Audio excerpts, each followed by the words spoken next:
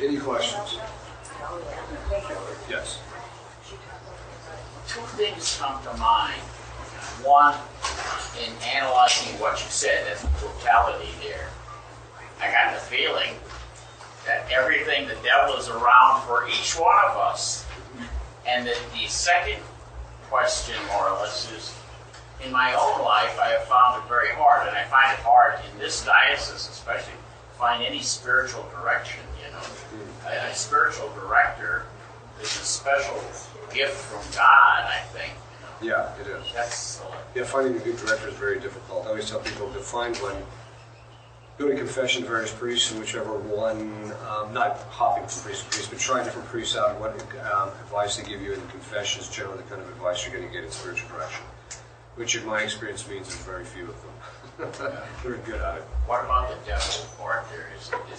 Is this, you get the impression that everything, you said, he's not talking about something over there that happened, these people.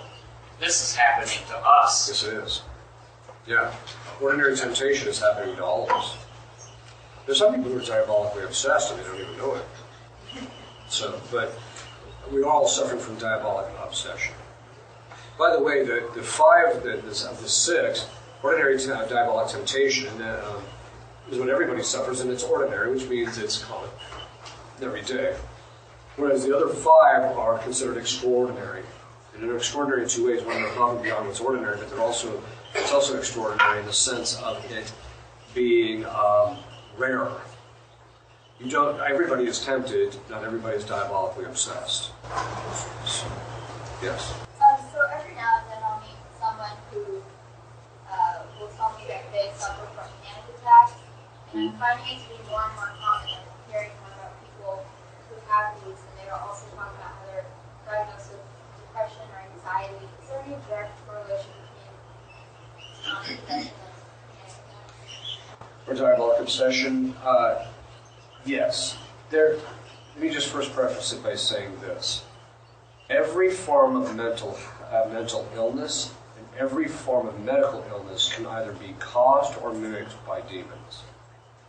That does not mean that every person who has psychological problems or medical problems that it's from a diabolic cause. Some people think the problem is just natural. So, let me give you an example. There was a guy who came to me who was hearing voices and he thought maybe he was possessed. I said, well, first of all, they had him sent to psychologicals and a psychiatric makeup, and found out that he started hearing the voices from drug use. It was drug-induced psychosis, basically. So I said, well, there's an outside chance. There is a medical condition that causes that, but then I also thought to myself, well, maybe sometimes you'll get that where the demons will kind of mimic that stuff. So I said to him, what do the voices sound like? They said, George Bush and Ronald Reagan. And then I said, well, what are they telling you? To vote Republican. I think your problem is possession. By the way, you might want to listen to those voices in your head. Okay. So in other words, people's problems can be purely natural. Other times they can be purely psychological or psychiatric. Other times it can be entirely diabolic, so that the panic attacks and the things that the people are suffering. So for example, I'm working with one of my spiritual directees. I agreed to take him on for a very distinct reason, but he suffers from panic attacks. He suffered from those. And after doing a lot of lessons over him, he did not show the signs that it was diabolic at all. It was purely a natural phenomenon that he was dealing with. And it had to do, we did trace it back. We do know what the psychological cause is, and so now he's able he's slowly but surely kind of getting on his feet. There's other people, though, that suffer from panic attacks. You do the blessings over them, and boom, it just stops. So you have to do that. Now, a lot of people, sometimes it's mixed. Sometimes people, because of the diabolic obsession, they've obsessed for so long, they've now developed psychological problems by the habituation of their own minds. So then people say, well, how can you really distinguish one from the other?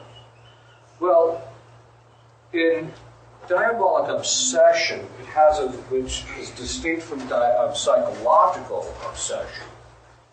Psychological obsession is a habit of the mind, where the person's in the habit of thinking something. So, let's take an example. PTSD, post-traumatic stress syndrome. What that is that cogitative power that has that power of making association, it becomes hypervigilant and constantly making associations in relationship to a specific set of criteria. So guys go off to war, they're constantly being vigilant, watching for the bombs and watching for their buddies and watching it, so that when they come off of that, it's in the habit of mind, and so there's this, and the stress is watching for the danger. So that once they come off of that, that cogitative power is still in the habit. Right?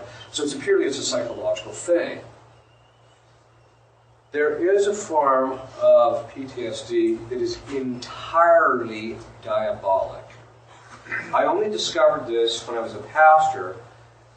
Numerous guys in my parish had gone off to the Afghan war, and when they came back, they were all suffering from the exact same thing. And one of the guys started telling me about his dreaming pattern. He said, that does kind of sound like it's diabolic. I didn't tell him that. I said, why don't you come in and we'll do this blessing. So I did a minor exorcism over him twice, and the PTSD was completely gone. And he didn't do anything. No therapy, no nothing. So what you'll see is when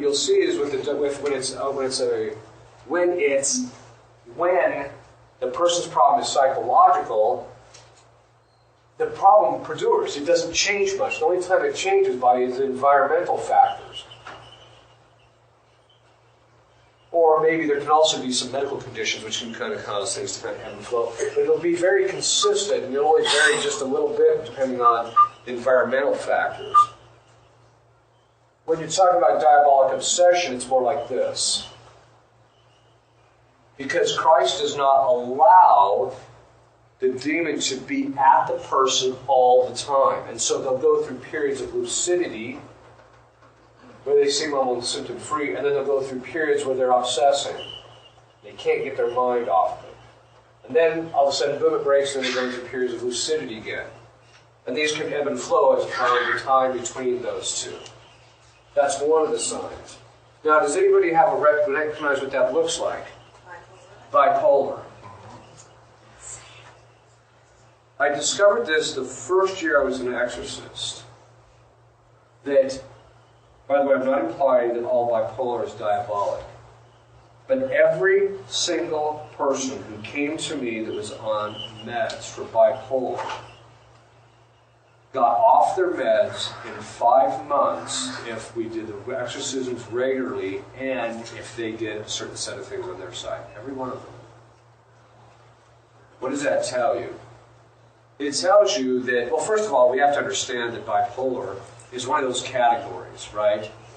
It's one of those broad categories, like, oh, you have mood swings or bipolar. Get in there. I mean, there's no real, it's one of those broad categories that can include a variety of different things. But one of the ways that you confirm that it's diabolic is this. When the person is going through a really bad state, they're in a really bad state and it's been going on for a few days, tell them, come in and we'll do the blessing. You'll do the minor exorcism, you'll pose hands, ask God for the protection, and then all of a sudden the person will literally feel a lift. And they feel fine. And then a few days, it comes back again. And so that's one of the signs that you'll see when it's diabolic obsession. As the person begins doing what they need to do, they'll kind of go up and down, and they start climbing their way up. They'll get to the very top, and they seem completely symptom-free for a month or so, and then all of a sudden they're going to have 1 or 2 really bad dips. I don't know why, but exorcists have noticed that they see that towards the very last end of it. As long as they maintain their prayers, they're okay. Now, one of the things that is important about this is that pattern, I noticed this about 3 years ago. That pattern of going through being down and then, you do the exorcisms and then have this lucidity for a while, and the more you do it, the longer it gets between times, so that you know that it's a spiritual thing. Whereas if it's psychological and you pray with a person, they're just going to flatline. They might feel a little better because they've had social interaction, but it doesn't change anything at all. Whereas if they have a period of lucidity, they feel great for a little while, symptom-free. Oh, I think it's wrong, Father. Or it's gone. Well, let's wait. Let's see. Right? And sometimes it does. You just say the blessings over them once and it blows it out. Other times it takes a number of exorcisms over a period of time in order for it to get to finally get out.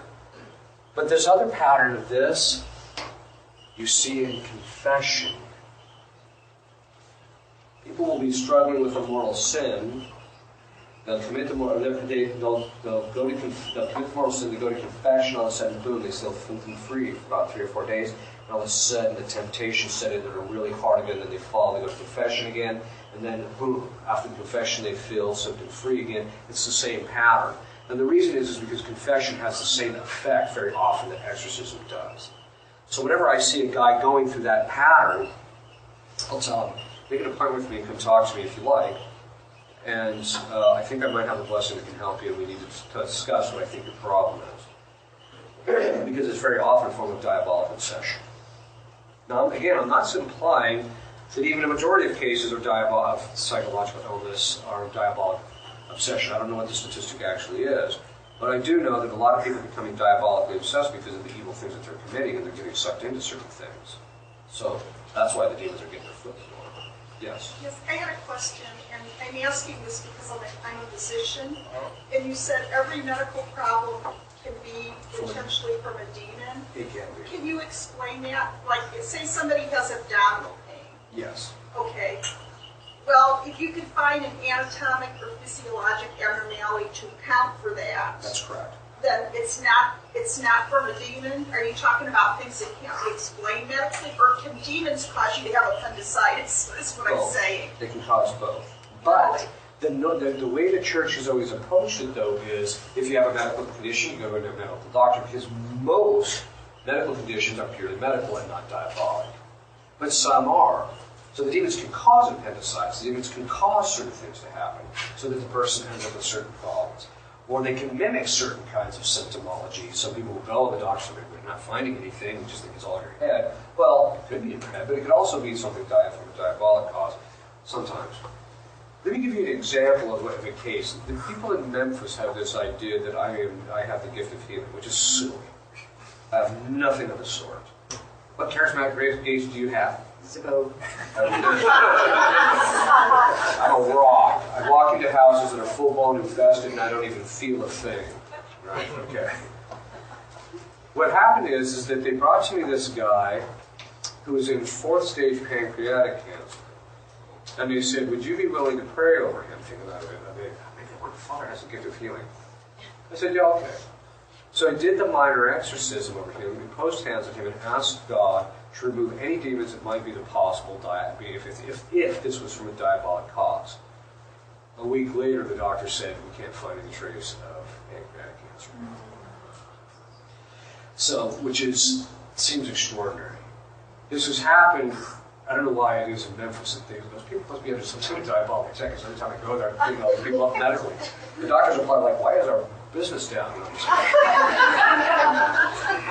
But normally speaking, if you have a medical condition, you go to a doctor. That's what you're supposed to do. You're supposed to rule out the natural conditions first, and then you might consider something else. But this is also why the gift of, or the sacrament of anointing works. It works in 2 ways. One, it works because on rare occasions God will heal through the sacrament, but on other occasions the sacrament itself will blow the demon out, so it gets him out of the person, so the person can. So once the demon is out, then the body's ability to recoup will do it on its own. Whereas if it's a gift of healing, the person is immediately restored to health immediately, normally speaking. Okay. So they can cause it, and I'm not suggesting that every time you see a patient, like, okay, you've got a demon there, buddy. In fact, the only time I would suggest that you do that is if you came across a medical condition that was not responding to the meds that always work. Does that make sense? Because demons can block the ability of medication to work. How common is diabolical possession, other than the common type that you said we all have, the temptations? I mean, are you seeing 2 people a week or 2 people a year?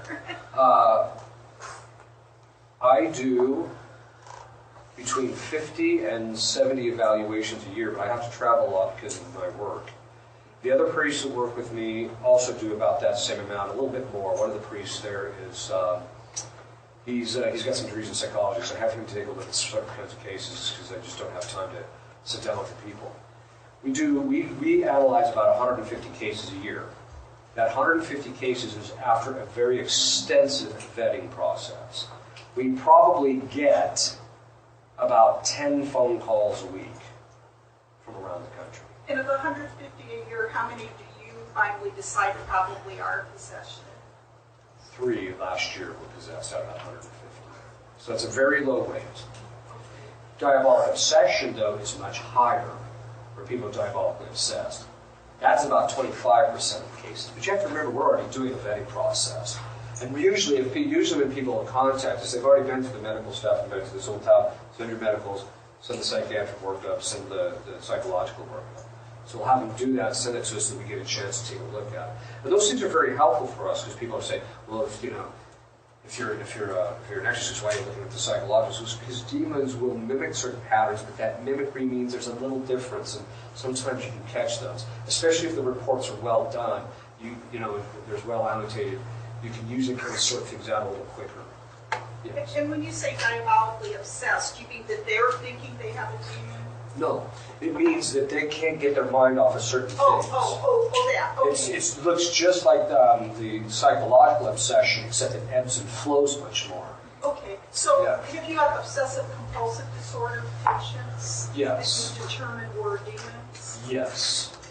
But you do both. Some is just psychological, because part of the reason that what we do is the vetting process is we do extensive interviews before they even show up off the sticks. One of the things we need to do is, if we think there's diabolic obsessions, we need to know their psychological history in order to see if there was something that established the pattern, so that it probably was just a learned habit.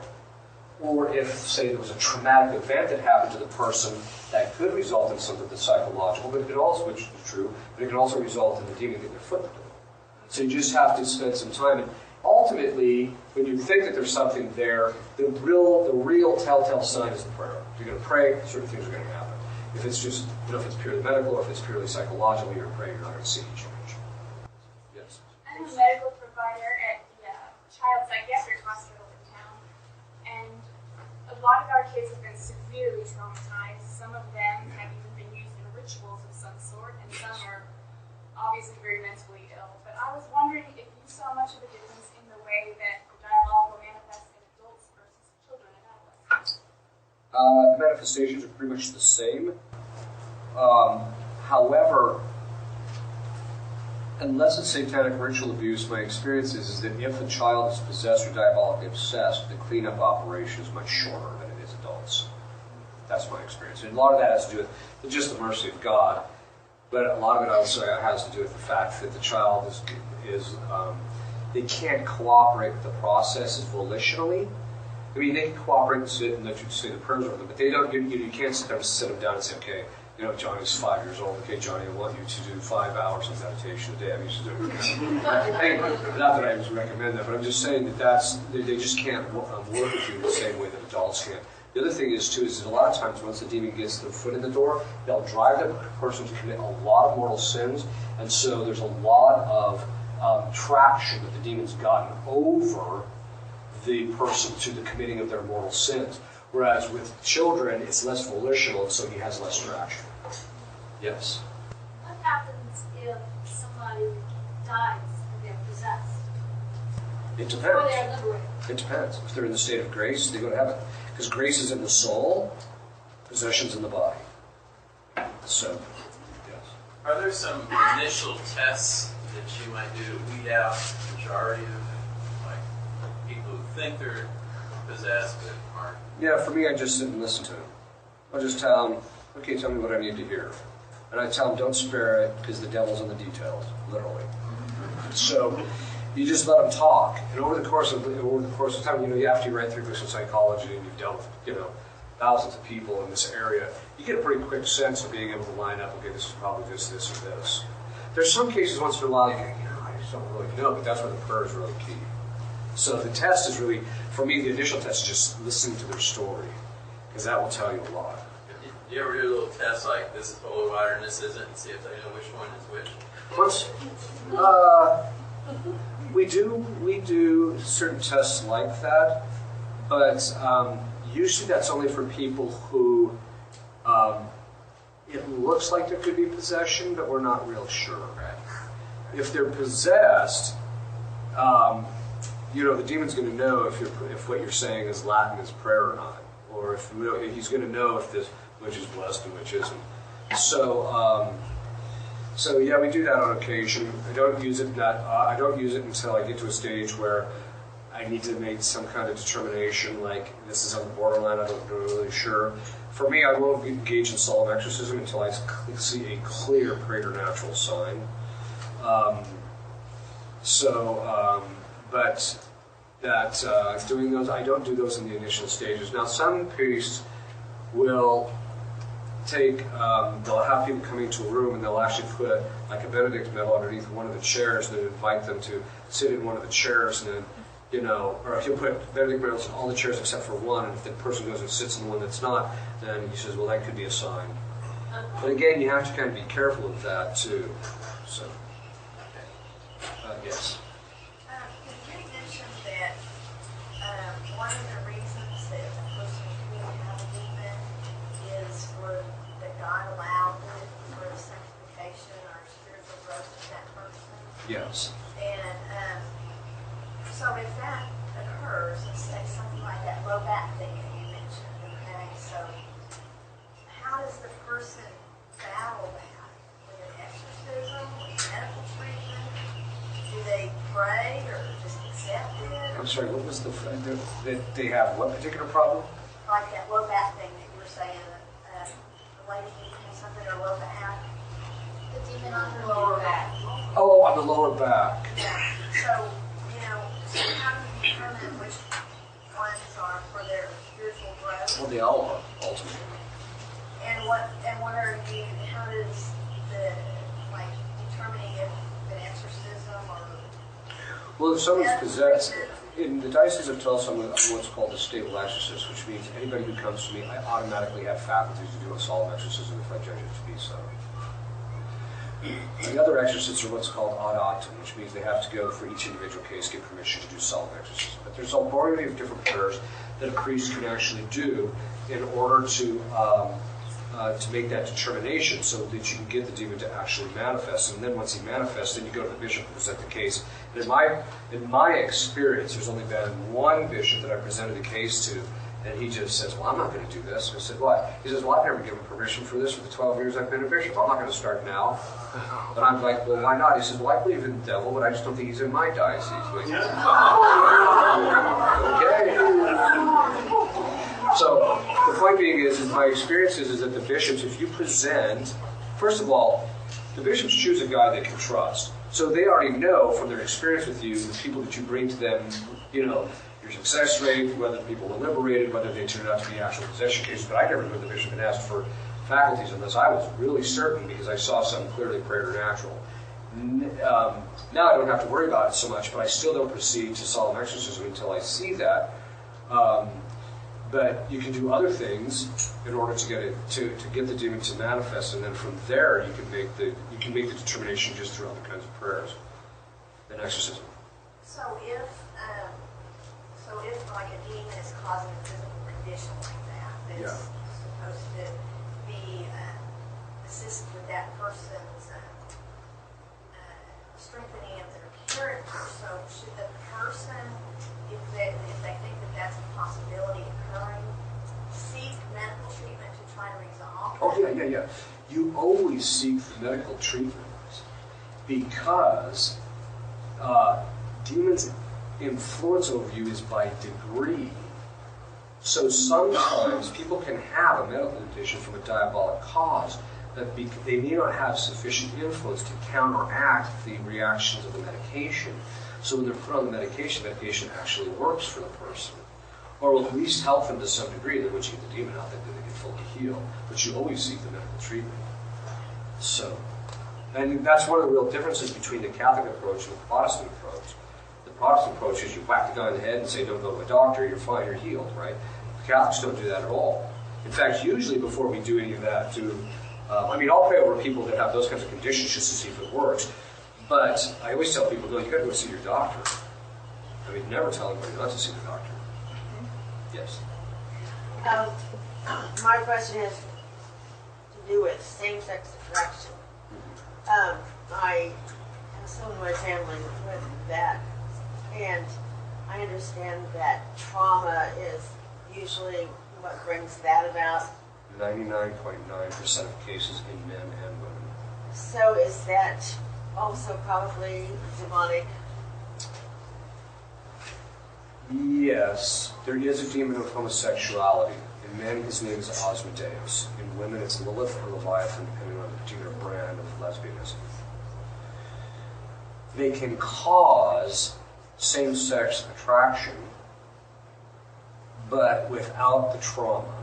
So, for example, one guy was doing an exorcism where he was a married man, had a beautiful wife, beautiful young children. He was a totally normal guy, never had any traumatic experience in the past. And he says, I keep hearing this name, Asmodeus. The demon keeps calling out Asmodeus, Asmodeus. So, in the exorcisms, you say prayers to isolate the demons from each other so that they can't empower each other. And so, after the session, I asked him, I said, do you have any homosexual ideation? He said, yes, I do. He said, I have no idea where it comes from. I said, well, now you do. It comes from Asmodeus. However, that is not the case in most people who suffer from it. In most people, in fact, that was a rare kind of thing. There's another question I have to ask you. I come from the Kansas City area. And I'm sorry. No, I actually like Kansas.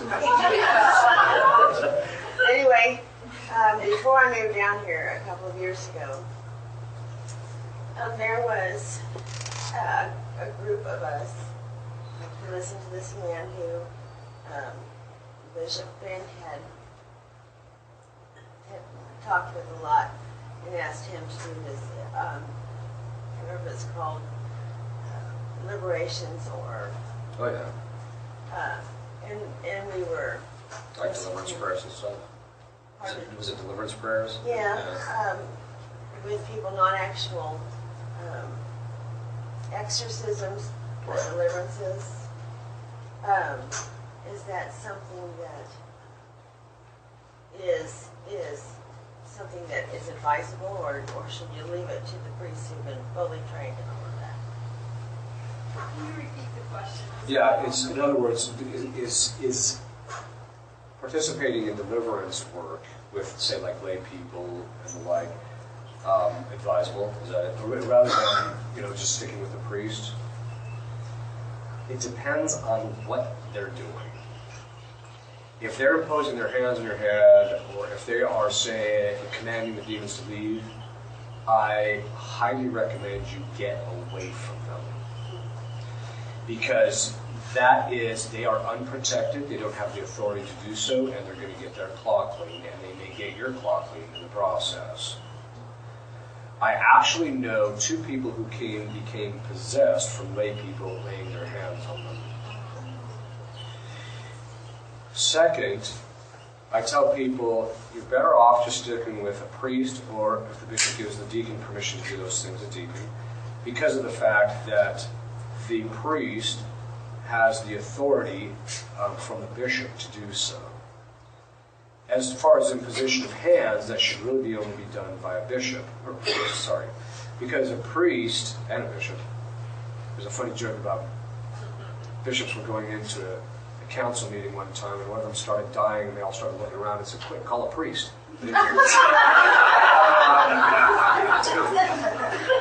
Anyway, the deacon's hands are not consecrated. The priest's hands are consecrated. That's why they're sacramentals. That's why they have the power to drive demons out. Lay people's hands do not have that power. And so to use them as they do have that power is superstition. Well, I don't think it was anyone laying their hands on this person, but it was, they asked the demon's name, and I didn't. If it's a layman, I just don't think that's really appropriate. In fact, the Vatican has been pretty clear they don't want lay people doing those kinds of things. If you're going to deliverance ceremonies where the lay people are just praying with you, not over you, but just praying with you, asking God to help you, to deliver you from anything, there's nothing wrong with that, as long as the person's not asking for anything whack. But usually there's nothing wrong with that. It's when they want to start doing the things that are really proper to a priest that's a problem. Yes? You mentioned Lilith. I was reading up on that once because I hear these things. People read the Book of Enoch, and then you come up with a movie like this Noah, the movie with Russell Crowe with rock monsters. And Lilith is, to a lot of people real, and they think it really happened. And when I looked into it, I found out the history of it. But what I'm asking you is, well, for your opinion on that, first off, is, was she really the first Eve? Just for your opinion, but I looked at it for myself. That's my opinion. The tradition of the church is clear she wasn't. Yeah. So she was always a demon. That's correct. And that's probably where they got it from, because of that type of demon that it is.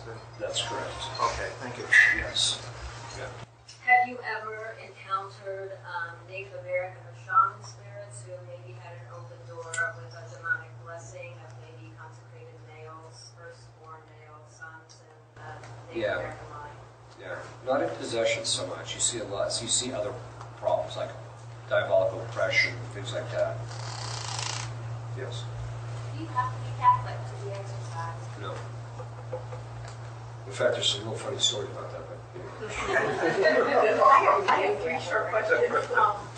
The bells in church, during the consecration when the bells are rung, I was my impression that that's when the Holy Spirit comes. Yes, that's right. Yeah. So that doesn't have anything to do with the bells. No, it's a distinct kind of a thing, but yeah. And do demons have a different voice than the person who's possessed? They do. Every time. No, well, sometimes I'll use the person's voice, but if they get a little obnoxious, I'll force them to speak in their own voice. Sometimes I'll force them to speak in their own voice to get a sense of who and what they are. Yeah. And how do you see what God has done to the demons? You said that You see it physically. Yeah, how's it? By the manifestation, it's just like, it's analogous to if I walked up to you and smacked you over the head with a baseball bat. I would see what happened.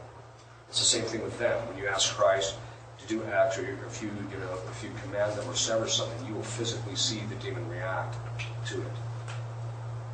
Through that person. Through the person, yeah. That demon's name for the male same sex? Asmodeus. Yes. How do you then, especially as healthcare providers who deal with people that may potentially have some sort of possession, how do you then protect yourself? Come to tomorrow's session and you'll find out. Yes. Is slaying of the spirits and speaking in tongues, is that all? Oh. Always someone who has to ask this question. Every time the reason I say that is because every time I do this, there's always somebody who argues with me, and it's because they don't know the first basic aspects of theology.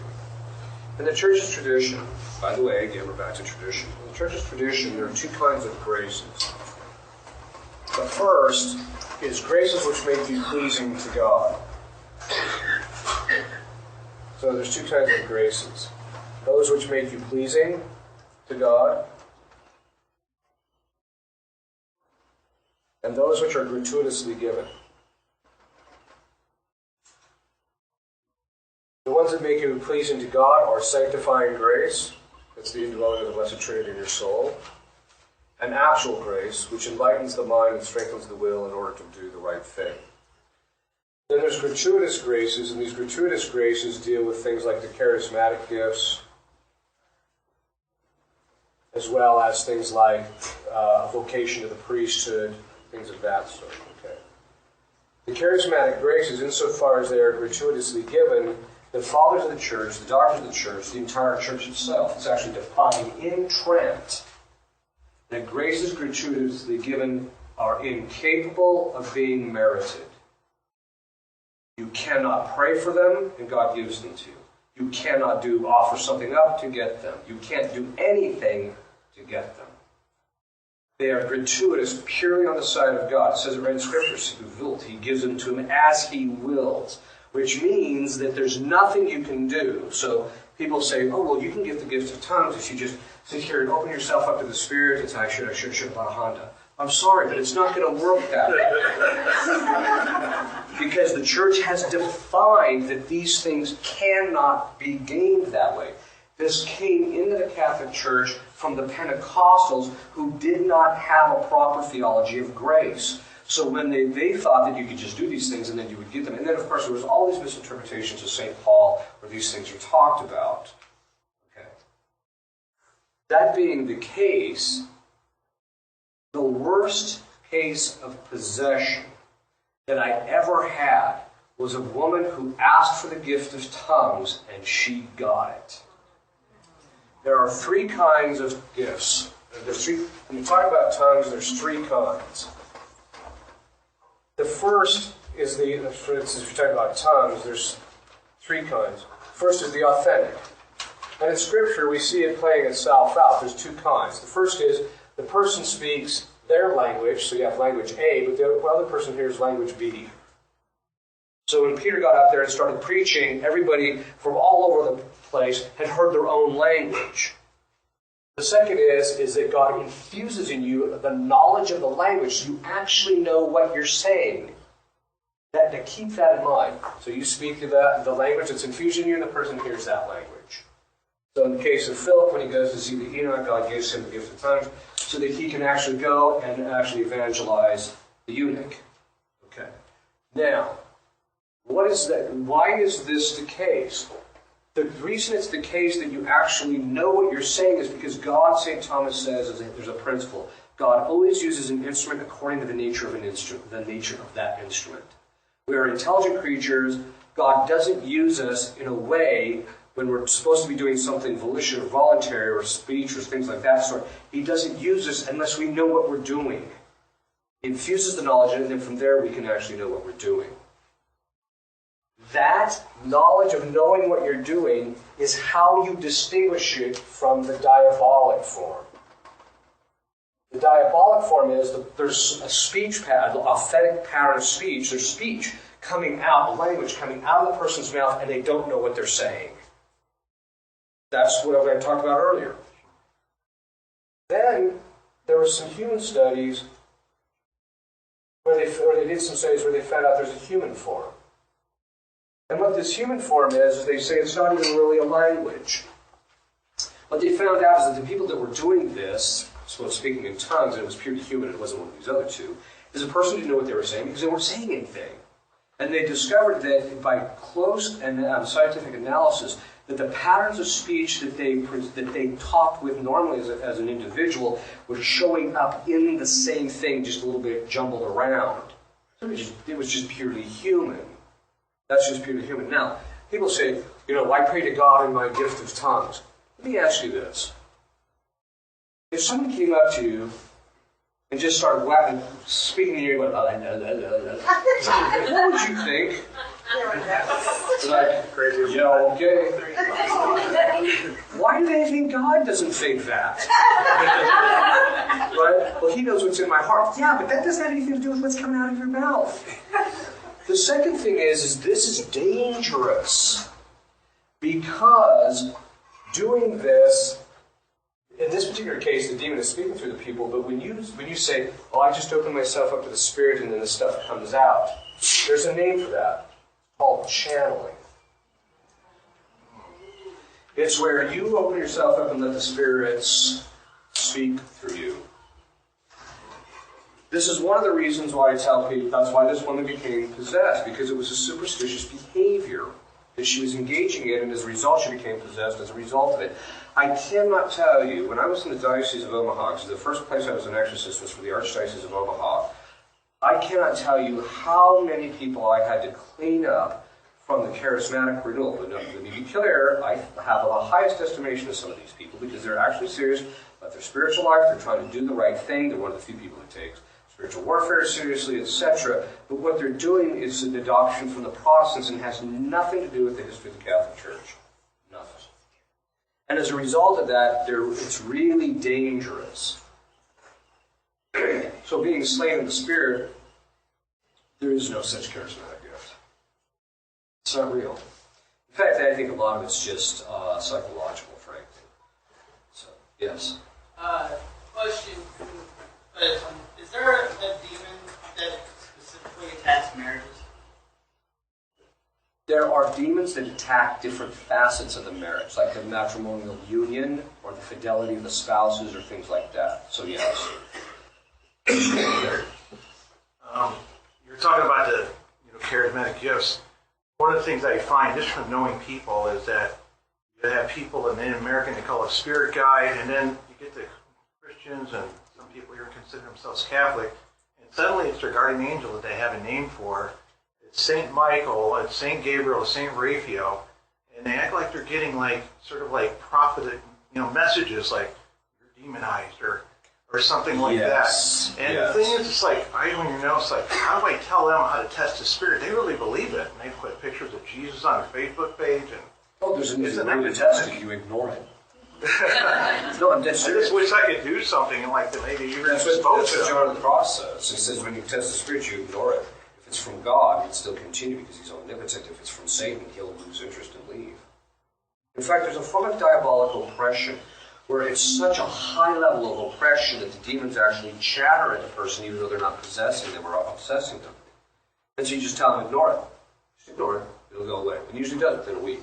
So the point being is that the other side of it is that remember when I was talking about how demons have access to your emotions, the cognitive power and all this stuff, the brain, all that. This is why the church has always, always, always said you never rely on your emotions or how you feel or your lower faculties for the determination of your spiritual life, because the demons have access to that and they can make you feel consolations in relationship to things that are spiritually disordered. So you have to be very careful about all that stuff. That's why John of the Cross says just ignore it. If it's from God, it'll still happen. If it's not from God, nothing's going to happen. Yes. How often does a demon actually identify itself, or is that just Hollywood? Actually, in most cases of possession that I've found that last any more than one session, they usually will tell who they are. Usually. Is the name Alistair or anything? I haven't had that guy, but someone might have. Okay. Yes, I'd like to know, how do our guardian angels interact with demons that may be trying to oppress us? Or do they? Yeah, they do. It just depends on what God has determined. So they can block them, they can remove them from the activity of the person's life, they can literally push them out. It just depends on what God allows, and they can protect us from them so that they can't gain access. The guardian angels have the capacity to perfectly protect us. It's just that God communicates to them what and how they are to protect you. Well, is it a good idea to have, a devotion to your guardian? Oh yeah, absolutely. I thank them every morning and Oh yeah. ask them to. That's one of the real problems. Most people don't have one. I mean, most people go their entire lives never developing a decent relationship. Most people don't have one? No, most people don't have a good relationship with their guardian angel, and so as a result, most people don't have a guardian angel. And so they'll go their entire life, they get to the end of their life, and they haven't even developed a relationship with this guy that's been in their life, been with them their entire life. I think that's a little odd. I think everybody needs to listen to, go on YouTube and listen to your one on guardian angels. It's awesome. It's really good. Yes. How about wearing the Benedictine mantle? Oh yeah, we'll get into that tomorrow. Yes. If the demons identify themselves, how can the guardian angels do that?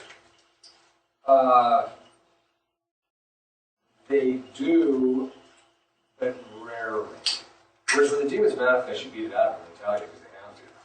They don't want to, they have to. Whereas the guardian angels rarely identify themselves, rarely.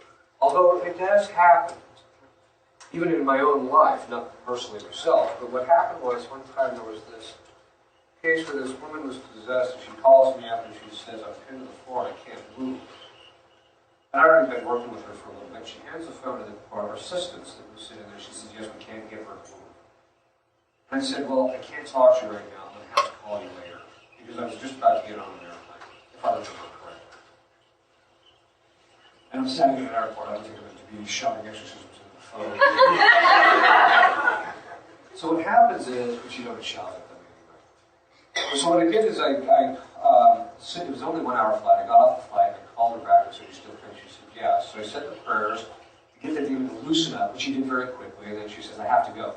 Now, before I got on the airplane, what I did is I said to the guardian angel of my priest, because when you're ordained a priest, you get another guardian angel. So I said to him, I said, go and tend to her and take care of her. So she gets back on the phone. This is before I got on the airplane, before I actually got her freed up. So she hangs up. 5 minutes later, she calls back. She said, I hadn't been to the bathroom in 5 hours. I'm like, oh.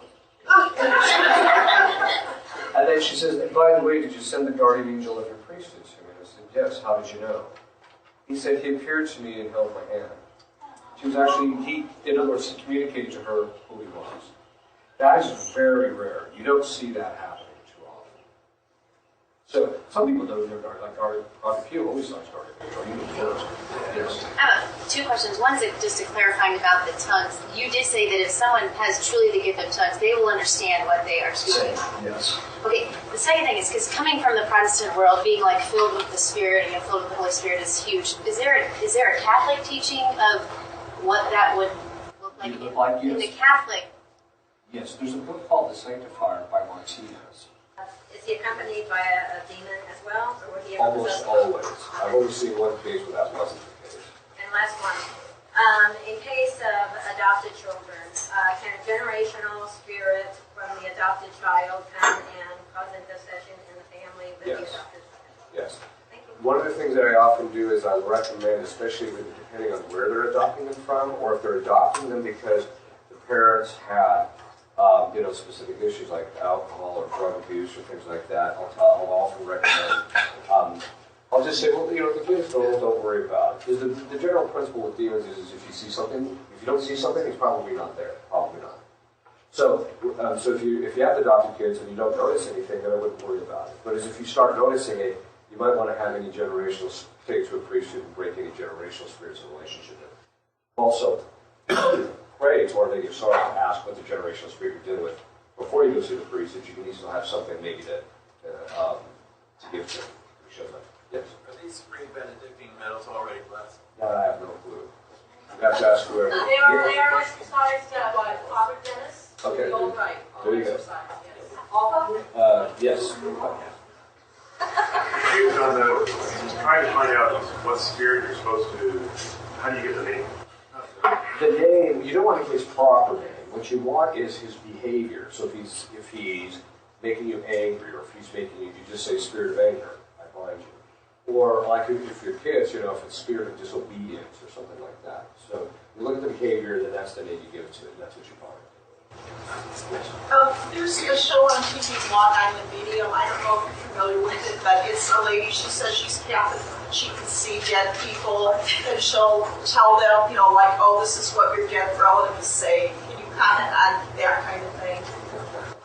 Yeah, being a medium is another form of diabolic channeling, and it's an avenue. That's what seances are. Basically, what you're doing is you're opening yourself up to the spirits talking to you or communicating with you. And there's a lot of misunderstanding. A lot of them think that, there's good spirits out there that you can communicate with. Yeah, they're called angels, but God is the one who determines when and when they cannot. You can't do anything to determine that. So, whereas if you try to do something to set that up, it's a superstitious act, and that's when you open yourself up, the demons can get involved. So in her particular case, I watched her just a little bit just to get a sense of her. I think my take on it is that she's one of these people that's extremely adept at reading situations and people and can kind of get stuff and do certain things.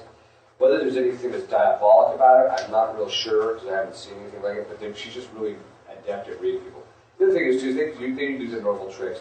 There's somebody here whose parent just recently died, and you're suffering from it. Well, you can say that about any group this size, right? So you just have to watch for those kinds of things. So I tell people to avoid those kinds of shows, avoid the paranormal shows, because going around looking at that stuff. The big thing that was in vogue for a long time was going to cemeteries and trying to summon the dead, that kind of thing. You just open yourself up to get whacked.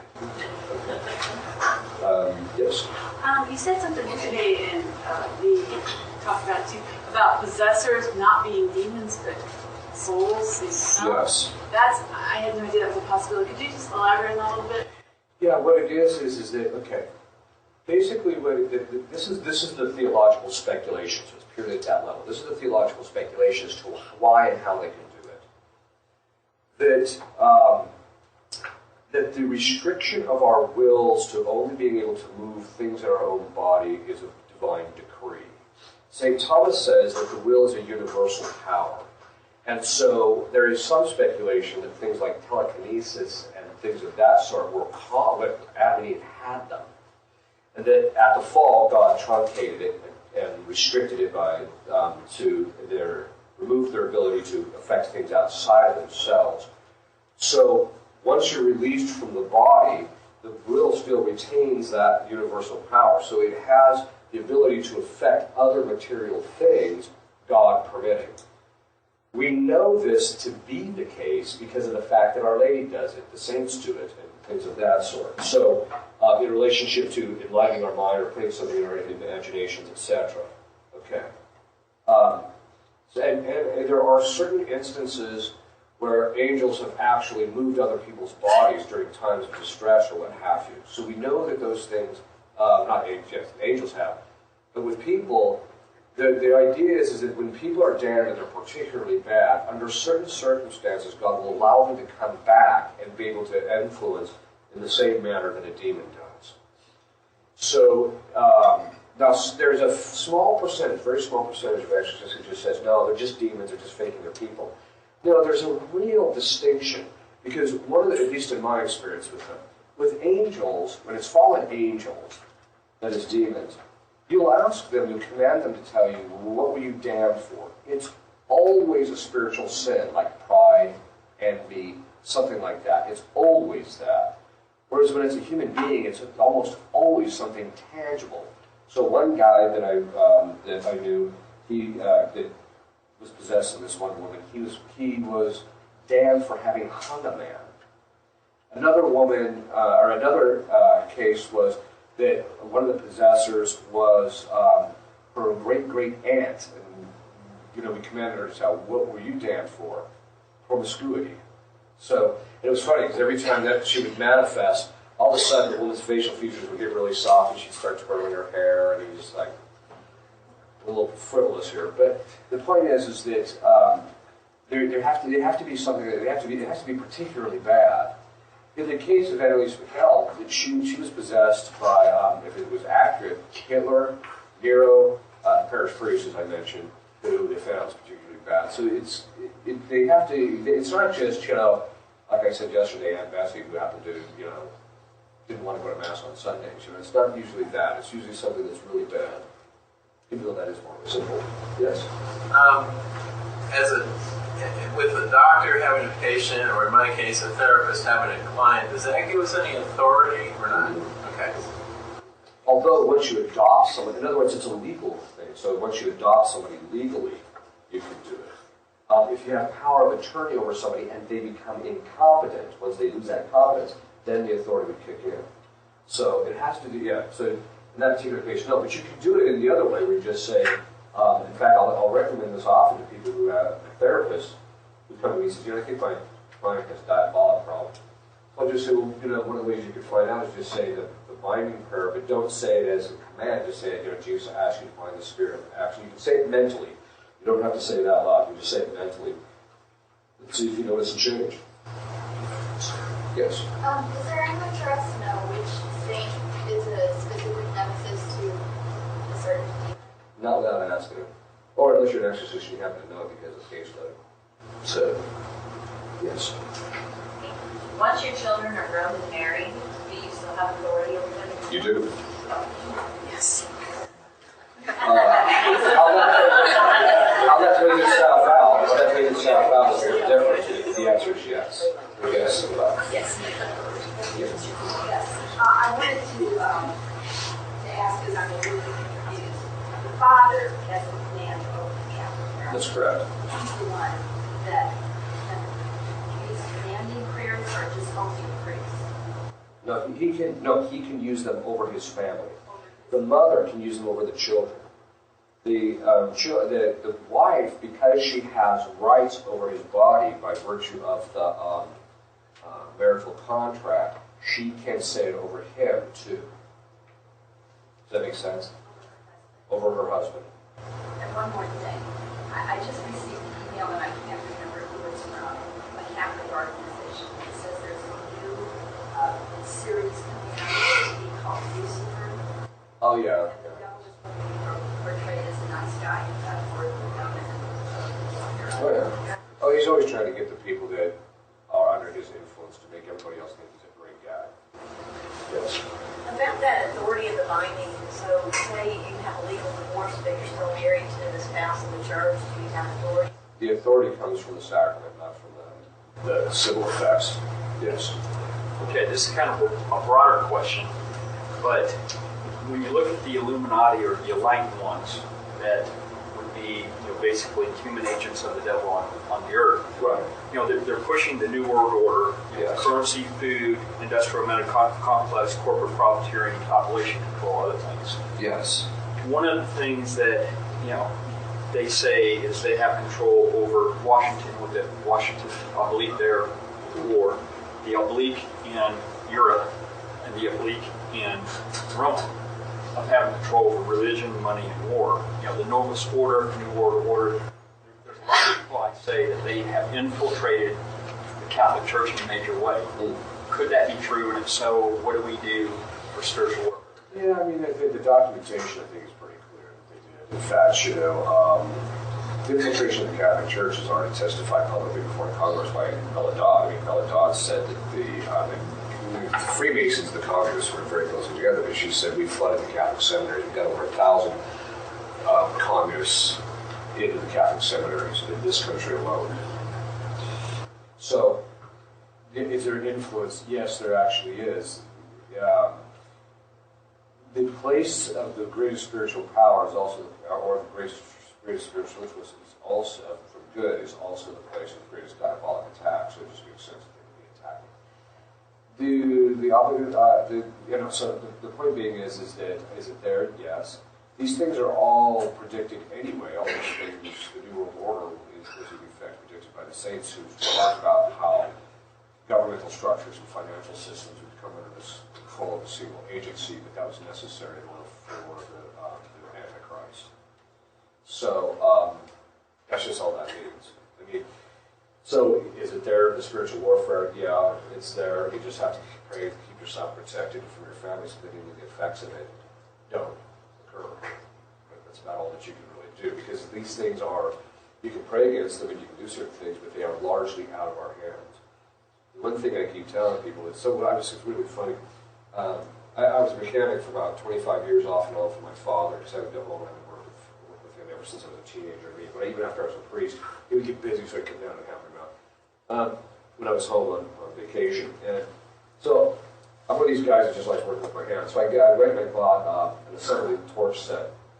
And I would go to get the balls, and I get to the location. I'm in my casting, and they're behind me, assembling oxygen bottle. And this guy, as we're loading it, he just asked me, he says, hey, can I ask you a question? I said, sure. He says, what do you think about the way the world is going right now? And I told him, it's in free fall. And he says, yeah, that's what I've noticed.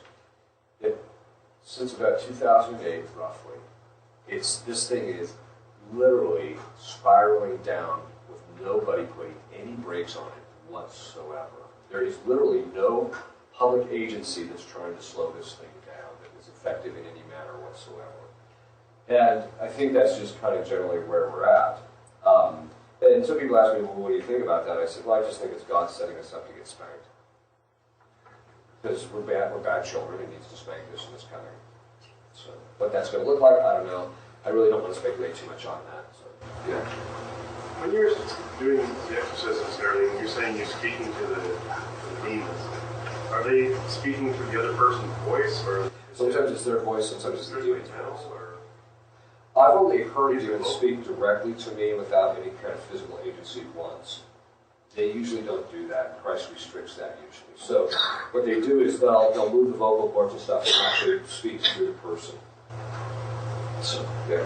When I have authority over my nephew who comes to stay with my husband and myself every summer, he comes from a broken home, divorced parents, and my brother's on the road, he's a trucker, and so he's not in the house with us, so he gives us charge over his son. So would I have authority over my nephew? Not the spiritual authority that would let you do the binding prayers. How? By commandment. So you just ask Christ. Have to be asking. Right. Okay. Yes. Response to her question, could she ask the Father to extend His authority over her? No, it's not delegatable. Okay. Yes. When you said like we're in free fall, I think we have to start not being closed in ourselves and merely protecting protect. I believe everything that you said. I Yeah. think it's wonderful. But I think we have to reach out. Oh, yeah. And I have a problem because the Holy Father says we have to risk ourselves and smell like the sheep. And I can give you an example. I only told this story to Richard Holland here.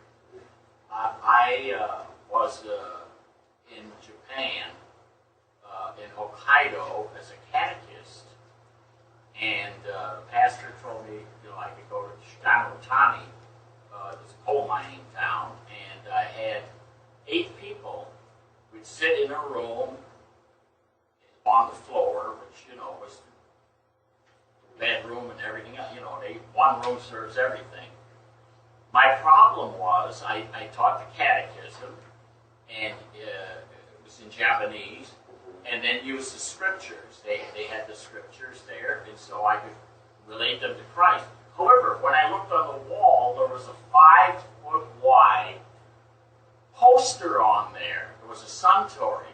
The woman was totally naked with a suntory whiskey bottle right at the proper place. You see, obviously it looked like a phallic symbol, but she'd be looking at me all the time as I'm teaching, okay?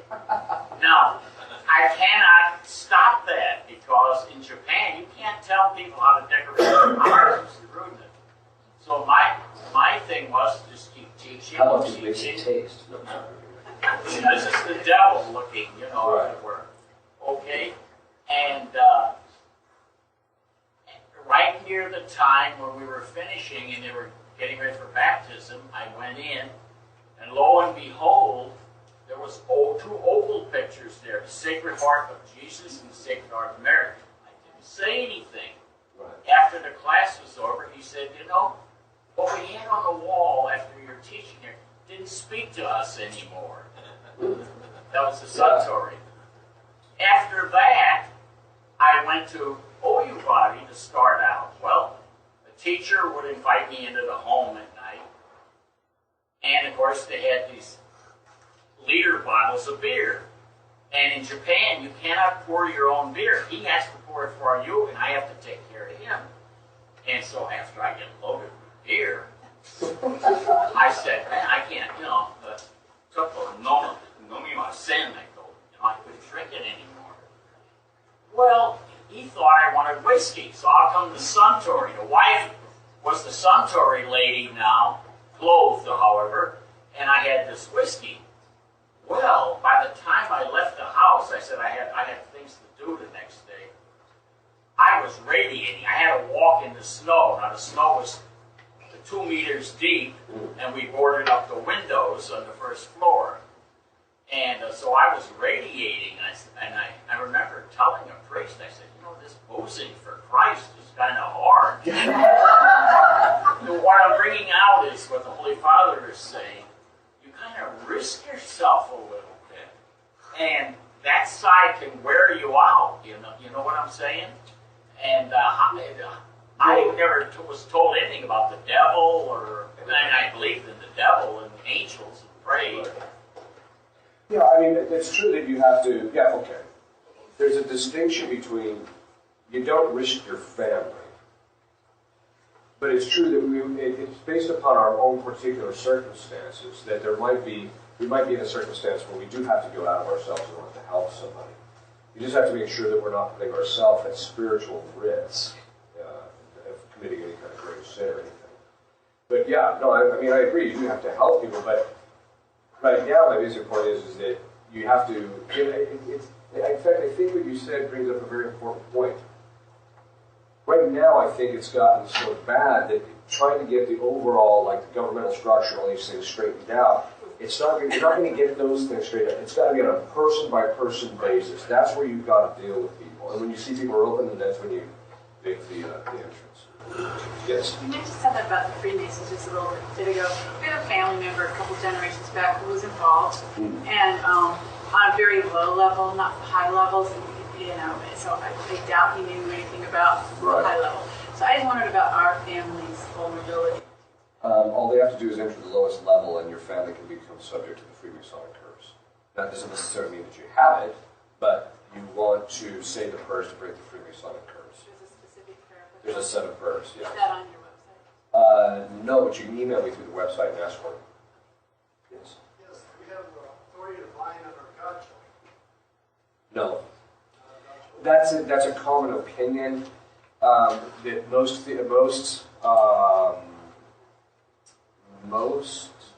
because the godparents' role is to correct, not to command. So as a result of that, they don't think that most exorcists do not think they do. So, yes. How common is possession? And then another question, is yoga really dangerous? As far as the possession is, it's still fairly uncommon, but it's becoming more common. I mean, caseload is increasing because people are just doing a lot of evil things. In fact, it kind of reminds me that, again, that prophecy of St. Francis, where he says, during the time of tribulations, demons will have extraordinary power. It almost seems like to be there. But, so, it's not that common, but it's becoming more common. People ask me, what percentage of the population is probably possessed? It's hard to even tell. Like I said, only 3 out of the 150 people, even that was after a vetting process last year that we looked at, were possessed. So it's not, again, it's not very common. Diabolical obsession, though, I think is very common. In the sense, it's not like diabolic temptation, but somebody asked me one time, well, what percentage of the population in this country do you think is diabolically obsessed? I said, somewhere probably around 25%. And we personally, the exorcists, tend to think it's because of the rise of pornography and things of that sort. Then, it was shortly after I said that, about 2 weeks after I said that, they came out with a study and said that 22% of college graduates and basically the general population have either seen or currently seen a psychologist. So it's about the same kind of statistic. As to yoga. Yoga is, and don't kill the messenger, I'm just telling you what the experts in the history and the practitioners of yoga say it is. They make it very clear that the stretching and the positions in yoga are actual representations of Eastern deities. It says more than once, both in the Old Testament and the New Testament, it says all the gods of the Gentiles are demons. It's totally true. Basically what they are is they're representations of demons. I have seen people become possessed through practicing yoga. A lot of people say, well, I think it's fine. I'm just telling you. This is what the thing is in its representation. And so it's an open door. Objectively speaking, it's an open door. I tell people, avoid it. Yes. Are Jezebel, Delilah, Apollyon the Destroyer real demons? Yes. I went to a graduation party and they rented the lodge at the Freemason place. Did I open myself up to infestation by going to that party? Yes, I've noticed something. Speak to me.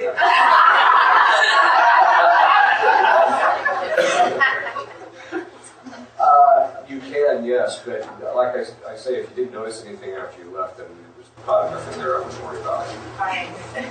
Sure. Yes. Could you spell that website? Yeah, it's www.AUXILIUMCHRISTIANORUM.